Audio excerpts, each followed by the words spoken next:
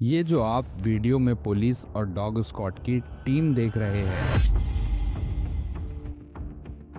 ये जगह Panota Sahib national highway के पास बनी पॉपुलर नर्सरी की है। यहाँ पर 7 दिसंबर दोपहर के करीब 2 बजे पुलिस को एक सर कटी हुई महिला की बॉडी मिली थी।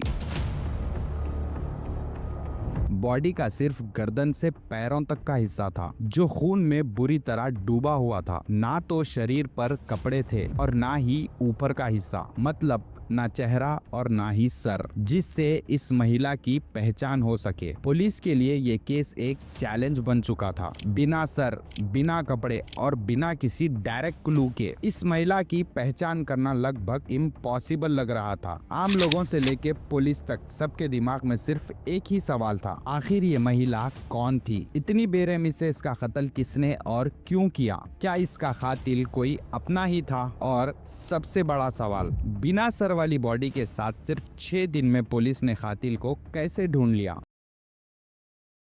दरअसल ये कहानी सहारनपुर की है, जहां 7 दिसंबर को पुलिस को एक खौफनाक हालात में सर कटी हुई महिला की बॉडी मिलती है। लेकिन सबसे बड़ी प्रॉब्लम ये थी कि पुलिस के पास उस महिला की पहचान के लिए कुछ भी नहीं था। ना सर, ना कपड़े और ना ही आईडी प्रूफ और ना ही कोई आई विटनेस। लेकिन पुलिस ने भी हार नहीं मानी और आसपास के पूरे एरिया की छानबीन करना शुरू कर दी ताकि कोई भी छोटा से छोटा सुराग मिल सके। लेकिन कई घंटों की मेहनत के बाद भी पुलिस के हाथ खाली के खाली रहे। इस केस को और ज्यादा मुश्किल बना रहा था ये फैक्ट कि क्राइम सीन के पास एक भी सीसीटीवी कैमरा मौजूद नहीं था। पुलिस ने सबसे पहले बॉडी को पोस्टमार्टम के लिए भेज दिया और बैकग्राउंड में अपनी इन्वेस्टिगेशन चालू रखी। इसी बीच पुलिस को एक छोटी सी लेकिन इम्पोर्टेंट कामयाबी हाथ लगी। दरअसल पुलिस को क्राइम सीन से करीब 500 मीटर दूर एक पेट्रोल पंप पर लगा हुआ सीसीटीवी कैमरा मिला, जो सिर्फ उस पेट्रोल पंप की इंटरनल सिक्योरिटी के लिए लगाया गया था। हालांकि कैमरे का एंगल परफेक्ट नहीं था, लेकिन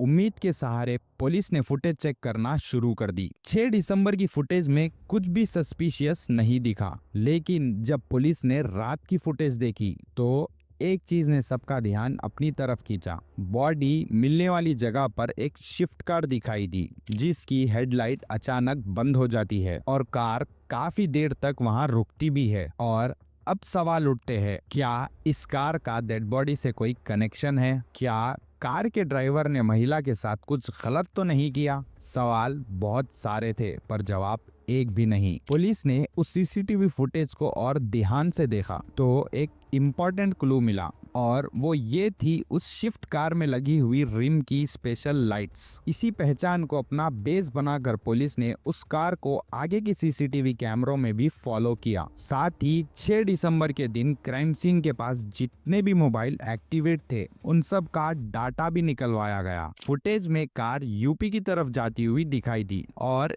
एक जगह पर कार का नंबर भी विजिबल हो गया, जो कि यूपी का ही था। पुलिस ने उस कार का नंबर ट्रेस किया और सीधे उस कार के मालिक के पास पहुंच गए। लेकिन वहां पर पुलिस को एक बड़ा झटका लगा। कार के मालिक ने बताया कि कार उसकी है, लेकिन 6 दिसंबर को उसने अपनी कार दोस्त को उधार दी थी और पूरी रात वो कार उसी के पास रही थी। जब पुलिस ने उस दोस्त का नाम पूछा तो जवाब मिला, बिलाल, जो सहारनपुर के गाँव तिडोली का रहने वाला था। पुलिस बिना वक्त गवाए सीधा बिलाल के घर पहुंच गई, लेकिन वहां पे माहौल बिल्कुल अलग था। घर में मेहमान थे और शादी की तैयारियां चल रही थी, क्योंकि 13 दिसंबर को बिलाल के बहन की शादी थी और 14 दिसंबर को बिलाल का निकाह होने वाला था। पुलिस बिना कोई हंगामा करे बहुत ही समझदारी से बिलाल को पूछताछ के बहाने पुलिस स्टेशन ले जाती है। इसी बीच पुलिस एक बात नोटिस करती है कि बिलाल पुलिस को देखकर काफी ज्यादा घबराया हुआ था। जब बिलाल से सवाल जवाब शुरू होता है तो कुछ ही वक्त में वो पुलिस के सख्ती के आगे टूट जाता है और फिर बिलाल जो कहानी सुनाता है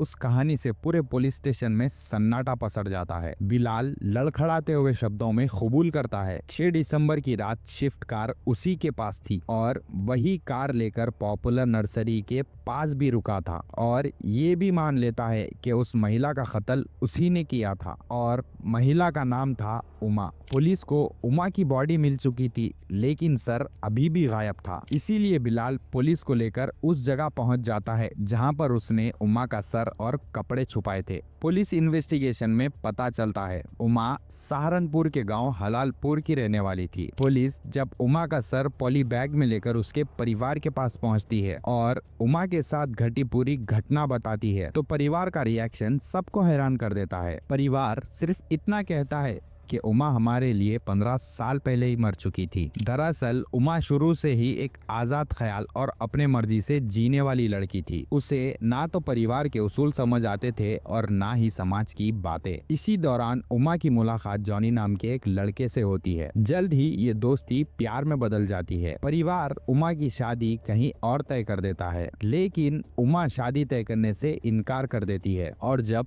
परिवार नहीं मानता तो शादी से एक रात पहले उमा जॉनी के साथ भाग जाती है और फिर दोनों शादी कर लेते हैं और कुछ टाइम बाद उनके घर एक बेटा भी होता है जिसका नाम रखा जाता है ऋषभ। शुरुआत में सब कुछ ठीक चल रहा था, लेकिन वक्त के साथ इस रिश्ते में भी दरार आ जाती है। 15 साल बाद उमा जॉनी से अलग होने का फैसला करती है और इस फैसले की वजह था बिलाल। दरअसल 2023 में उमा की मुलाकात बिलाल से हुई थी जो एक डंपर ड्राइवर था। उमा हिंदू थी और बिलाल मुसलमान था, लेकिन फिर भी दोनों के बीच रिलेशन शुरू हो जाता है। उमा अपने पति और बेटे को छोड़कर बिलाल के साथ लिव इन रिलेशनशिप में उसके साथ रहने लगती है। बिलाल कुंवारा था और उमा एक शादीशुदा औरत। पर जब बिलाल के घर वालों ने उसकी शादी तय कर दी तो बिलाल ने उमा के साथ अपना रिश्ता तोड़ने का फैसला कर लिया। जब उमा को पता चला कि बिलाल शादी करने वाला है तो वो भड़क उठी और धमकी देते हुए कहा अगर उसने शादी की तो वो उसके घर आकर हंगामा कर देगी। इसी डर की वजह से बिलाल ने उमा को अपने रास्ते से हटाने का प्लान बना लिया। 6 दिसंबर के दिन बिलाल अपने दोस्त की कार लेकर उमा को घुमाने के बहाने बाहर ले जाता है। रात के सन्नाटे में कलेसर नेशनल पार्क के पास बिलाल सीट बेल्ट से उमा का गला दबा देता है। जब उमा की जान चली जाती है तो वो बॉडी को पॉपुलर नर्सरी के पास ले जाकर चाकू से उसका गला काट देता है, कपड़े उतार देता है और उससे जुड़ा हर सबूत मिटा देता है। लेकिन 7 दिसंबर को आखिरकार पुलिस को उमा की बॉडी मिल जाती है और सीसीटीवी कैमरे के जरिए पुलिस बिलाल तक पहुंच जाती है। पोस्टमार्टम रिपोर्ट में भी ये कंफर्म हो जाता है कि उमा के साथ गलत काम नहीं हुआ है, बल्कि उसकी डेथ दम घुटने की वजह से हुई थी। ये जानने के बाद कोर्ट बिलाल को 4 दिन की पुलिस रिमांड में भेज देता है। सवाल ये है, क्या उमा को उसके कर्मों की सजा मिली? क्या प्यार के नाम पर धोखा?